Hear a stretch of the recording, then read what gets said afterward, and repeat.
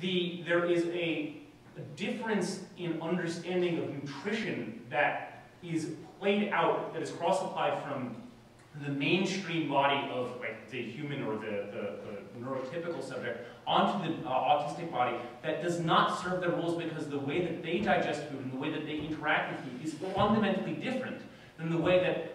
the mainstream human body might interact and digest food. And she even says, and I quote directly from the end of her article, "There is now direct evidence that the gut flora plays a role in the development of autism," end quote, "in the human body." And I think that this is part of that overlap that needs to be explored and addressed, and this is part of the cutting edge of gut flora, or like of the science here that we need to like look at. Anyway, moving quickly back,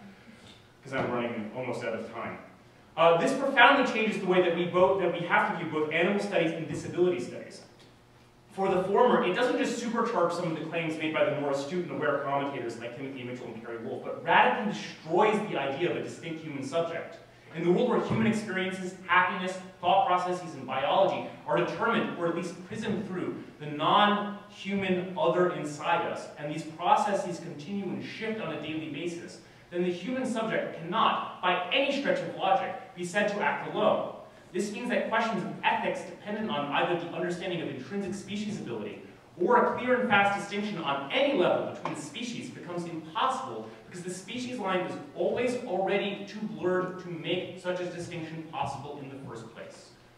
For the world of disability studies, this takes us out of the cul-de-sac of egalitarian humanism. In the world where no human subject can be said to be independently created, and is instead, in terms of ability and everything else, constructed and dependent on the vast other both inside them and inside the others around them, then disability can no longer be the responsibility of the individual, but rather shifts to a greater communal and shared experience.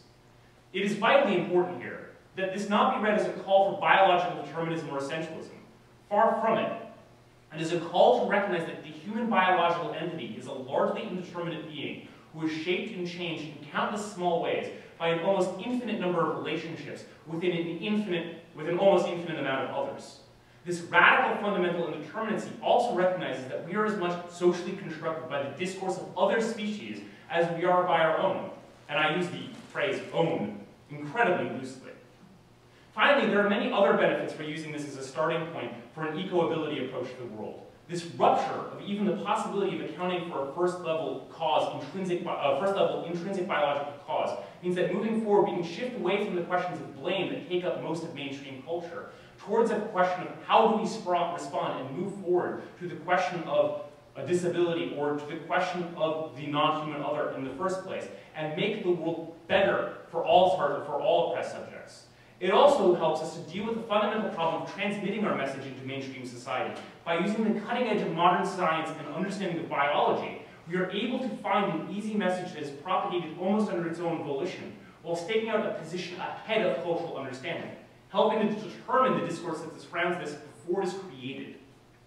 By building the strategic gap alliance, we can reach groups that were currently unreachable, with our current purely negative message with regards to science and most of cultural understanding, while still maintaining a strong oppositional stance towards questions of scientific testing on non-humans, animal agriculture, and the oppression of speciesism and disability. In short, I promise I'm wrapping this up now, I think that this is the power of eco-ability. We can take two fundamental revolutionary ideas that only offer partial revolutionary potential, bring them together, and offer something that is truly groundbreaking in the terms of the entirety of human history, and come to radically understand the role of social justice and the role of activism for the future.